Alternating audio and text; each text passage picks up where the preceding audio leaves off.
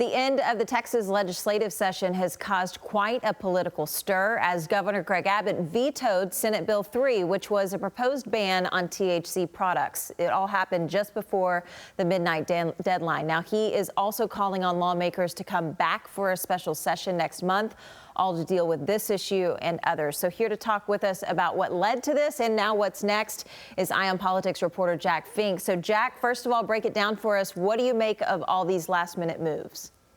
Well, it really did come down to the last minute, Madison, because all day yesterday, reporters, including myself, were really watching the state legislative website to see when and what the governor was going to veto. And I didn't get an alert on SB 3, which is this ban on THC products. Didn't come down to 11:30 at night last night. The deadline is midnight. And the governor's office put out a very lengthy statement about this and other bills that were vetoed at 12:22 in the morning. So this really did go down to the wire. I think that is really quite incredible. And, we had been asking the governor, reporters, for the last couple of weeks what he felt about Senate Bill 3, and he really played it close to the vest. And I can tell you, after the Senate and the House passed this bill late in the session, there was really a huge pressure campaign by the hemp industry, by some veterans, by some conservatives who really opposed this ban. And they sent in, I think it was 150,000 signatures from people who opposed this ban to the governor's office. And at the same time, the lieutenant governor had held a news conference in the final days of the session trying to get his points across. So this really came out of nowhere because the biggest issue really for most of the session was the school choice bill, which, as we all know, did pass. Madison. So you obviously broke down how there was a lot of proponents of SB 3. There was also a lot of opponents. So why do you think in the end that the governor decided to veto SB 3?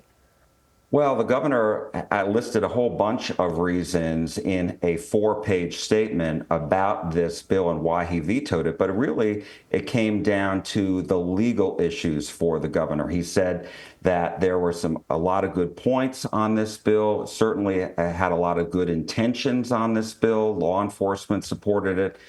But at the end, he felt like the main flaw were the legal issues, and that there had already been a lawsuit filed against the state after this bill was passed by the legislature.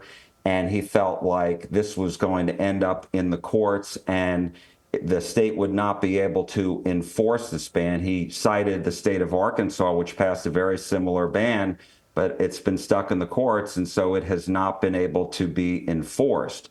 So instead, the governor said that this is something that an issue, hemp and THC products need to be strongly regulated in the state of Texas. He felt as if lawmakers could come back in a special session and do this and really try to do this almost immediately, as quickly as possible. And he came up with a long list of suggestions for how it is that the legislature could come up with regulations and have them enforced, as far as not selling THC products to minors, people younger than 21, where these stores can set up. Right now, some of these stores are near schools. So I think there are a lot of suggestions there for lawmakers to look at when they come back to a special session at the Texas Capitol starting on July 1st.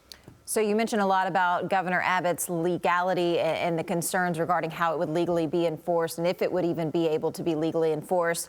What do you make of this move politically? Well, it is fascinating because the lieutenant governor last night on X said that the governor had been silent on this issue all throughout the regular session. And it's true, this was not on the governor's radar. This was really the lieutenant governor's baby, his pet project.